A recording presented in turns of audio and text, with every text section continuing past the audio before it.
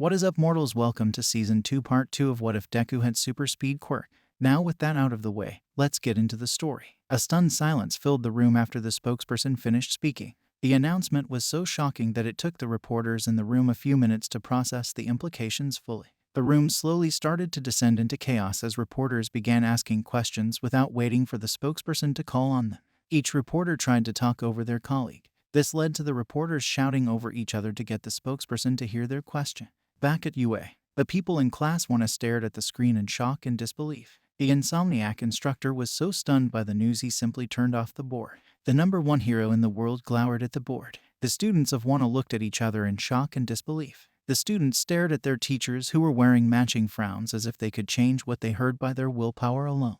It took a few moments for the underground hero to collect his thoughts enough to speak. "This isn't going to make things better," the messy black-haired teacher said as he tried to put a sentence together. "This isn't. Why just why?" All Might shook his head in disgust. He tried to smile for a few minutes before giving up. The blonde-haired teacher turned around and addressed the class slightly more composed than the other teacher. "This is not the right method to try and create a healthier and safer society," the blonde-haired hero coldly said with no hint of his usual pleasant and polite nature. "This doesn't work. Pros are meant to risk their lives. You can't just train a person to be a hero. A hero is someone who chooses to put their own life at risk to protect others." Silence slowly filled the room again as the class struggled to comprehend the implications of the announcement. The symbol of peace left the room with his fists clenched. Aizawa watched the door slam shut behind the symbol of peace. It was as if the building itself was disagreeing with the decision made. The sleep-deprived teacher quickly composed himself and put the point totals back on the board. The man shook his head in disbelief before trying to calm the class down.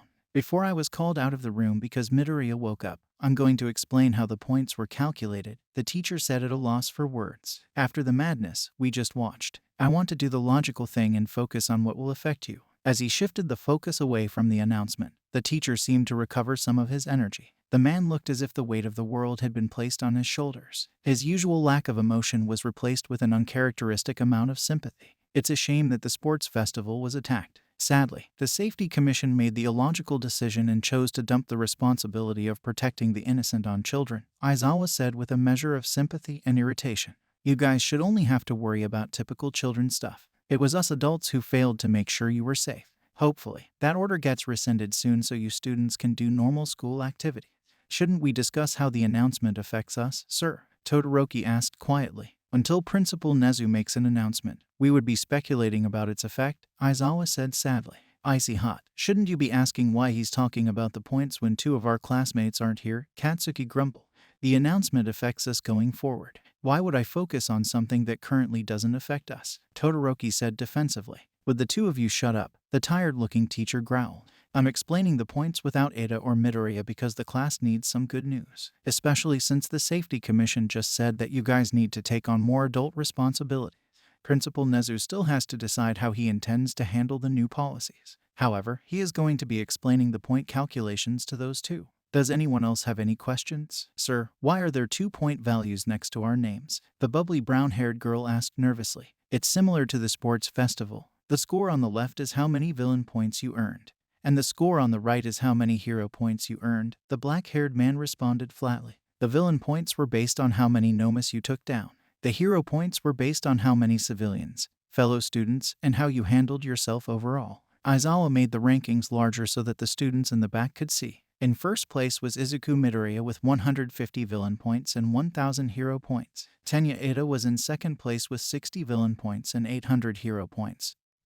Third place was Katsuki Bakugo with 130 villain points and 700 hero points. Momoye Urazu was in fourth place with 20 villain points and 700 hero points. After Momo's score, none of the scores went over 500 points total. The one surprise on the list was Todoroki in 12th place with 100 villain points and 100 hero points. "Bakugo, how did you score so many hero points?" the red-haired boy asked curiously. "I can't believe I came in 10th place. Sir, how do these scores impact us?" "Dumb hair, Deku did better than me. 4 eyes too. If you want advice, you should ask them," the atomic blonde growled happily. "I got stuck protecting a bunch of extras on the track. Round face, you might want to learn how to fight. 6th place is impressive, given your quirk. You can discuss your scores tomorrow when I hand you the papers with your score breakdowns. Bakugo, you lost points because of your abrasive attitude. Each of you has a lot to work on," the pro hero stated flatly. Vinta, you shouldn't have to be told how your quirk can help the situation. Todoroki, don't try to save everyone by yourself, it won't work. Before class could continue as normal, Principal Nezu interrupted walked into the class. The exhausted-looking principal announced that he was sending the hero course students home early. Before the principal left the room, he told Aizawa that there was a mandatory meeting that he had to head to. Class 1 was so stunned by the development that they left the room without any real protest. The explosive blonde tossed his bag over his shoulder as he was the school grounds when a familiar brown-haired girl ran up to him. Bakugo, wait up, the zero-gravity girl called out. What did you think of that announcement? I'm not sure. I thought it was just extras making noise. The blonde-haired boy grumbled as he stopped and waited for the girl to catch up. Given how the principal looked, I'm not so sure anymore. Man, I can't believe we didn't get to talk to Deku. Uraraka complained as she stared at Katsuki in genuine surprise. When do you think Deku is going to return to class now that he's awake? That damn nerd better return to class soon. I can't believe I lost to 4 eyes. Katsuki grumbled as he started walking again. I wonder why his quirk seems to be getting stronger all of a sudden. His quirk never released electricity before. I thought you'd be annoyed that Deku beat you, Uraraka said as she happily walked alongside Katsuki. He earned the win. I just wish I could have helped him, Katsuki said as he started to release his pent-up rage. I should have been fighting alongside him. What kind of friend am I? You're a great friend. I'm sure Deku wanted to fight alongside you as well, the brown-haired girl said, trying to calm her friend down. Next time, we just have to try harder. That isn't helping, round face. I appreciate the effort, but it's just making me want to blast something to hell, the atomic blonde shouted in self-loathing. If I had been stronger, I could have made it over to Deku. He wouldn't have to push himself beyond his limit. He wouldn't be in Recovery Girl's office. Then, our goal is clear, since we don't want our friends fighting alone. Let's train, the zero-gravity girl said with a surprising amount of intensity. We can get strong enough to stand by their sides and make sure they never have to fight alone. Round face, before we do that, we first need to teach you how to fight, the blonde boy said as he felt his anger being focused on something. You can't always rely on someone else to help you fight. Hopefully, we can start training soon. They headed home to consider the events that had just transpired at school. A group of reporters were being led into UA. Once all of the students left, the usually messy-haired and poorly dressed teacher of Wana was dressed in a suit with his hair neatly combed. He guided the reporters until they arrived at a set of double doors. Thank you for coming on such short notice, Class 1A's teacher politely said as he opened the door. As the reporters entered, they noticed the room was gray and surprisingly empty. Aside from the chairs that filled the room was empty when they first entered. As they entered further, they noticed that on top of the stage was a table with 3 microphones placed in front of 3 chairs. Once the reporters were inside the room fully, Aizawa entered the room and closed the door. He then made his way up to the stage and took a seat on the leftmost chair. A few seconds later, the principal walked onto the stage and sat down in the middle seat. All Might followed the principal in his regular form. All Might sat down on the seat to Nezu's right. The principal then motioned for everyone to get quiet. Once he was sure everyone was quiet, he made sure his microphone was working. Thank you all for coming on such short notice. As I'm sure you are all aware, the Hero Public Safety Commission made an announcement today regarding what they want to happen going forward, the furry principal said flatly.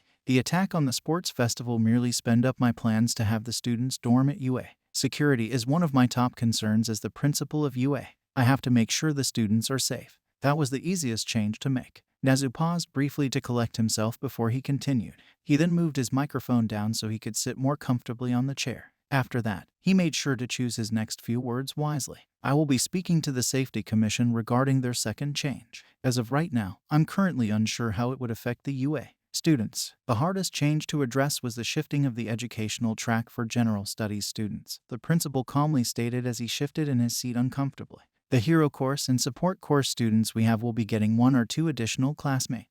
However, we lack the facilities to train everyone to either be a hero or a support person. For those general studies students who won't end up in the Support or Hero Course, we are currently developing courses that would allow us to address the new educational requirements they need. Before we get back into the story, I would like to say that we've got a second channel called Anime Deep Dive. Anime Deep Dive goes over the hard facts of the anime presented. Now, in case you guys didn't know, we have a third channel called We The Celestial Naruto What If. We The Celestial Naruto What If mainly focuses on our Naruto What If series. If you are interested in content like this, please go check the description below or click the eye icon in the top right corner. Now with that out of the way, let's get back into the story. To give ourselves time to better plan out the steps we need to take, we are canceling finals week. Next week, students will be finding out how they will be affected by the changes. Suppose any general studies student wishes to go to some other school to focus on their study. In that case, we understand and wholly encourage it, Principal Nezu said as he tried to fake happiness. Those who wish to continue studying with us, we will have special lessons for you next week to see what interests you more. Next semester, we will offer an Intro to Support and Heroics course. The goal will be to simply add the needed courses and without disrupting your schedule or educational timeline too much. The principal let out a deep breath and fell silent. Once it was clear that the principal was finished talking, the reporters started to talk amongst themselves. It took a few minutes as the reporters began to consider what the principal had just said. "Excuse me, sir, I was wondering who the person to your right is," one of the reporters asked as he pointed at All Might. "I am Toshinori Yagi. Principal Nezu here hired me just recently for the general studies. I will be one of the teachers covering the Intro to Support and Heroic course," the blonde man in a yellow suit said calmly. "I will be around campus willing to help any student who wants to know how this will affect them. I may not be able to help every student, but I will try my best to assist every student I can. What kind of safety measures does UA intend to put into place to prevent another attack like the one that occurred at USJ or the sports festival?" a different reporter asked. "Both attacks occurred due to a quirk, especially after the sports festival. I've been hard at work trying to find a way to prevent it from happening," the principal said as worry seeped into his voice. "The fact that our security was easily breached twice has left me extremely concerned. With tens of students being injured because of the attack on the sports festival, I've lost countless hours of sleep trying to prevent it from happening again." Eraserhead, 2 of your students were among the more seriously injured from the sports festival. From your perspective, how do you think this could have been prevented? A third reporter in the room asked. "I'm aware of the fact that 2 of my students were seriously injured. To put it mildly, the fact that I don't have an answer for has kept me up at night," Aizawa said with frustration and self-loathing in his voice. "I can't tell you how many times I woke from a nightmare where I watched all of my students die. This glaring flaw doesn't seem to have an easy solution. Sir, how do you think the attack reflects on UA and your ability to keep your students safe?" a reporter standing next to the previous one asked, causing the room to grow quiet. "Sadly, it was my failure at USJ that led to the injuries that prevented me from helping out during the sports festival. These attacks have left me with grave concerns about whether or not I can protect my students," Aizawa grumbled. "As for UA, I think the attacks helped bolster UA reputation of training some of the best heroes. Each student was able to hold their own during the battle. What I saw from my students was inspiring. However, I saw plenty of places each one could improve in. I will be training them to address their weaknesses better. In UA case, we now have to worry about addressing the Safety Commission's latest directives, which slows us down when it comes to ensuring the safety of the students." "Excuse me, Mr. Yagi, do you think that UA is doing enough to ensure the safety of their students?" a reporter asked from the far back left corner of the room. "There is no such thing as doing enough. What I've learned from speaking with Nezu here and the pro heroes that teach at UA is that we can only do so much in this world," All Might said sadly. "Every teacher wishes we could simply snap our fingers and make any problem disappear. Every plan we create will have a flaw in it. I believe that UA can address these flaws before they become too large." The interview went on for another half an hour, despite admitting that they couldn't prevent future attacks. Public opinion started to shift in favor of UA. The tone of the interview wasn't cheerful. UA used it to recognize their failings. UA effort to show they were owning up to their mistakes and were working hard to impress the citizens of Japan. Most were expecting UA to simply say they were confident in their ability to protect their students. The response UA delivered felt uncomfortably human, especially for a school that trained the current symbol of peace. UA ended up losing about 30% of its student body. Every hero and support school noticed a similar drop. The public was against the Safety Commission's latest orders. Despite this, parents who moved their students out donated money to the schools. Parents had an issue that the orders were a polite way that the commission wanted to throw children at adult issues and responsibilities.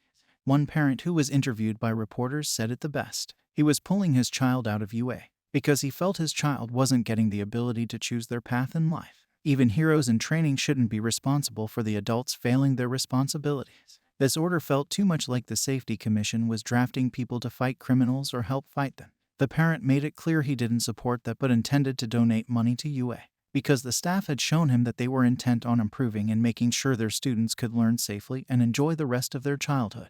3 days later, the atomic blonde was walking into school when he saw a blue-haired boy run past him. The blonde-haired boy thought nothing of it as he entered the building. He was preoccupied with the fact that his friend's mother was still on the fence about whether or not to send him back to UA for the next semester. Another thought that bounced around his head was that he wanted to give his friend a new nickname. Deku just didn't fit anymore. He was so distracted by his own thoughts and concerns that he didn't notice the shouting that was going on in Class 1A.